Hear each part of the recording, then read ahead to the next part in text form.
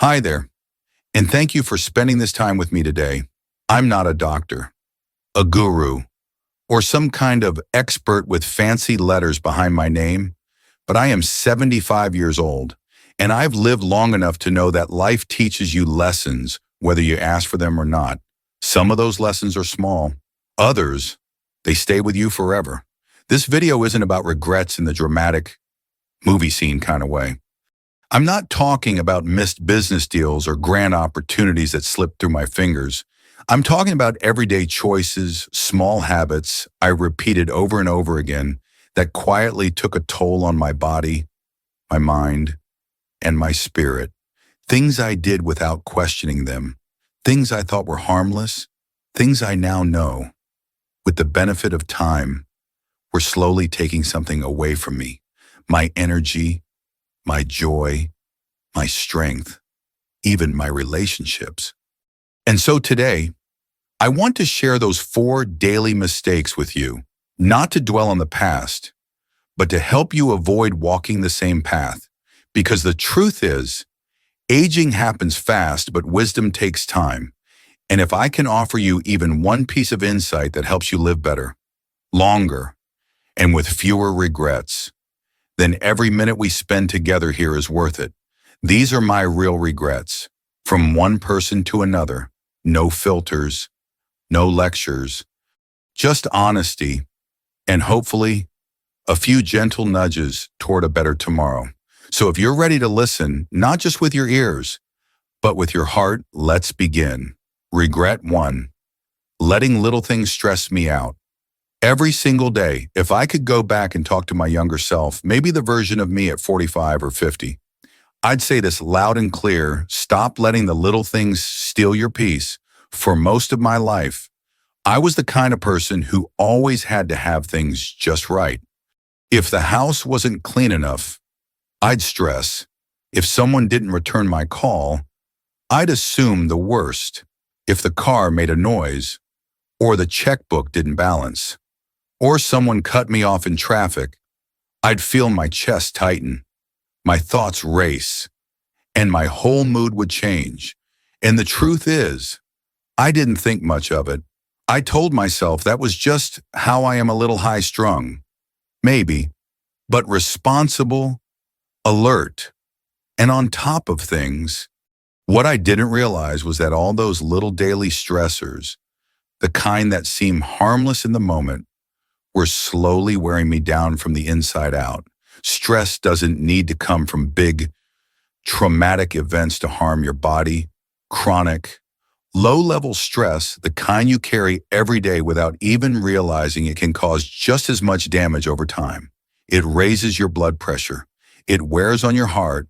It affects your sleep, your digestion, your immune system, and your memory. And more than anything, it steals your joy. I look back now and realize how many good days I clouded with worry, how many beautiful moments I missed because I was too busy being irritated about something small. I spent too much time in my head, replaying conversations or planning for things that never even happened. And here's what no one tells you when you're younger. When you get to 70 or 75, you don't remember what you wore to a meeting or whether your bills were paid on time. You remember moments. You remember laughter. You remember how people made you feel. And I wish I'd created more of those light-hearted memories. Instead of clinging to tension that didn't serve me, now I'm learning to let things go. If the dishes aren't done, that's okay. If someone disagrees with me, I don't need to prove them wrong. If the weather ruins my plans, I find something else to enjoy. Because peace is not something that arrives when everything is perfect. It's something you protect, moment by moment. And I wish I'd protected mine sooner. Regret 2, not taking care of my body when I still had the chance. Let me tell you something I didn't understand in my 50s. Your body is talking to you all the time. The little aches, the low energy, the shortness of breath when walking upstairs. These aren't just signs of aging. They're warnings, and I ignored a lot of them.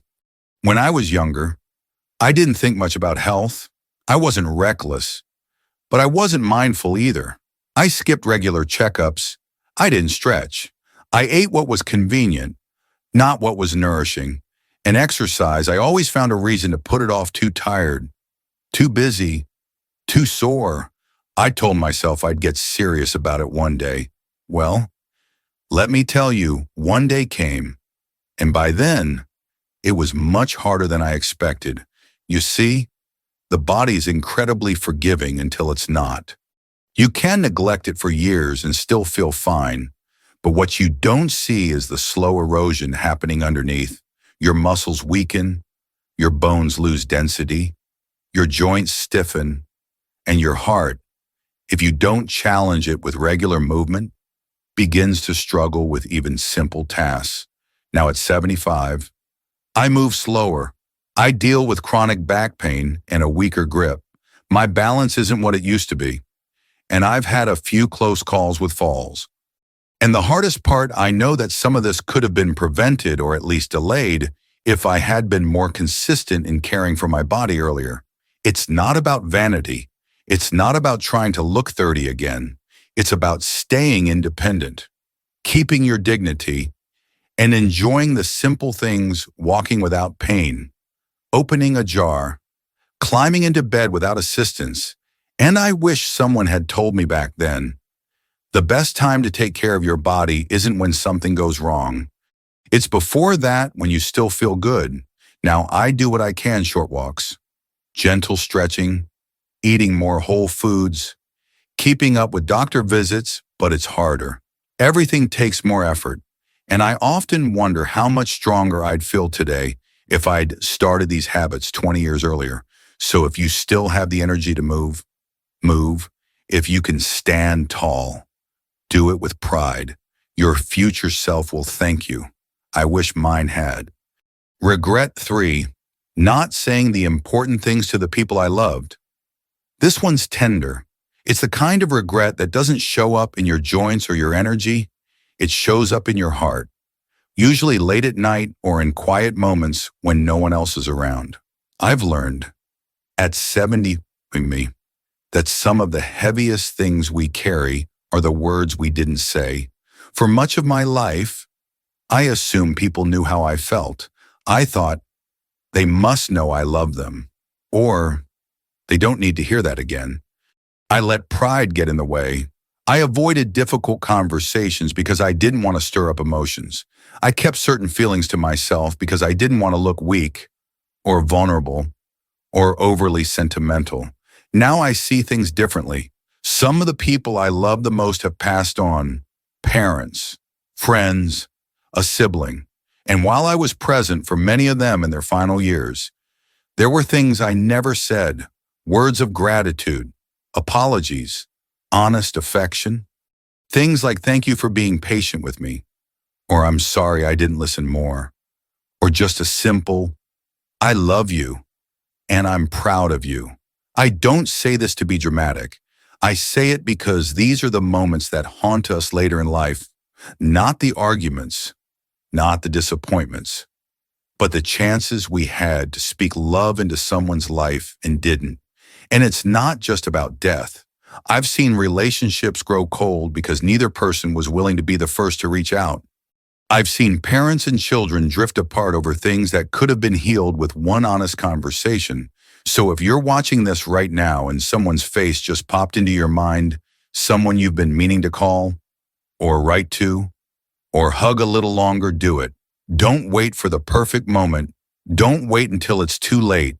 Say the thing. Say "I'm sorry." Say "I appreciate you."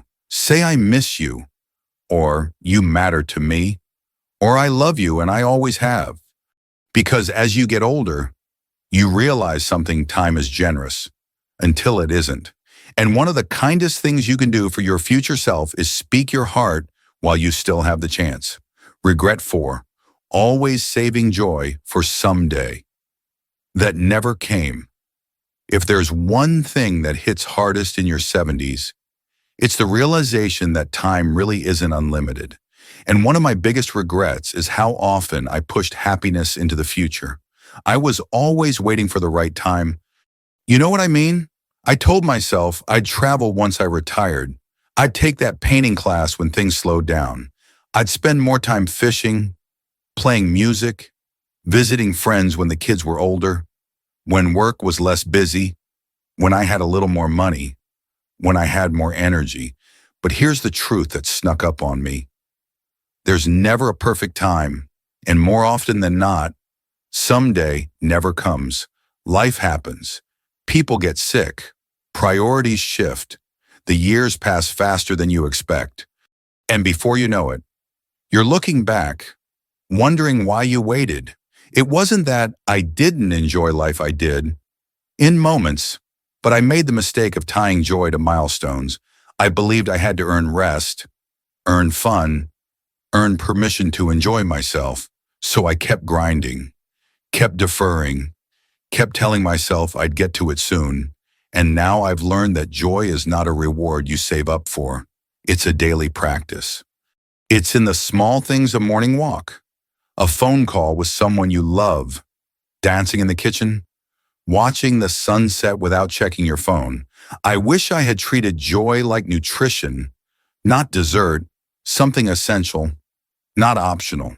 If you're someone who keeps pushing joy to the edges of your life, please hear me stop waiting. Take the trip, even if it's just a weekend drive. Wear the nice shirt, light the candles, use the good dishes, say yes to things that make you laugh. Say no to things that drain you. Joy doesn't need to be extravagant to matter. It just needs to be now. Because in the end, what I regret most isn't what I didn't buy or build. It's the moments I didn't allow myself to feel fully alive, simply because I thought there'd be a better time. Life isn't measured in decades. It's measured in moments. And every moment you let joy in is a moment you age a little slower, love a little deeper, and live a little fuller. So there you have it. 4 things I did every single day that I now wish I had done differently. Not because I'm drowning in guilt or because I want to rewrite the past, but because I've learned that regret doesn't have to be a weight. It can be a teacher, a gentle reminder that there's still time to do better, to live better. Let's go over them one more time. First, I let small, insignificant stress steal too many good days. I traded peace for control, and I didn't even realize it until years later. Second, I didn't take care of my body when it was still strong enough to carry me without complaint. I took it for granted, and now I feel the cost in every step, every strain, every morning ache. Third, I kept too many important things inside. I thought I had time to say them. I thought people just knew. But now I know that love, gratitude, and forgiveness need to be spoken while we still can. And finally, I kept pushing joy off for someday. I treated happiness like a reward instead of a right. And in doing that, I missed more moments than I care to admit. But here's the beautiful part: I'm still here. You're still here. And that means we have today. It's never too late to take a deep breath, to treat your body with care, to pick up the phone and say, I love you, or to give yourself permission to smile for no reason at all. You don't need to wait for some perfect future. You just need to show up for yourself and for the people you care about starting now. If anything in this video resonated with you, I invite you to click the like button. It helps the message reach more people. If you'd like to hear more stories like this, real talk about aging, health, wisdom, and life after 60, please subscribe to the channel. This is a space for reflection, for growth, and for honest conversations we don't always get to have. And if someone came to mind while you were watching, a friend, a sibling, a parent, share this video with them, because sometimes the best gift we can offer someone is the chance to learn from our story before it becomes their regret. Thank you for your time, your heart, and your presence. I'll see you in the next video. Until then, take care of yourself. You deserve it.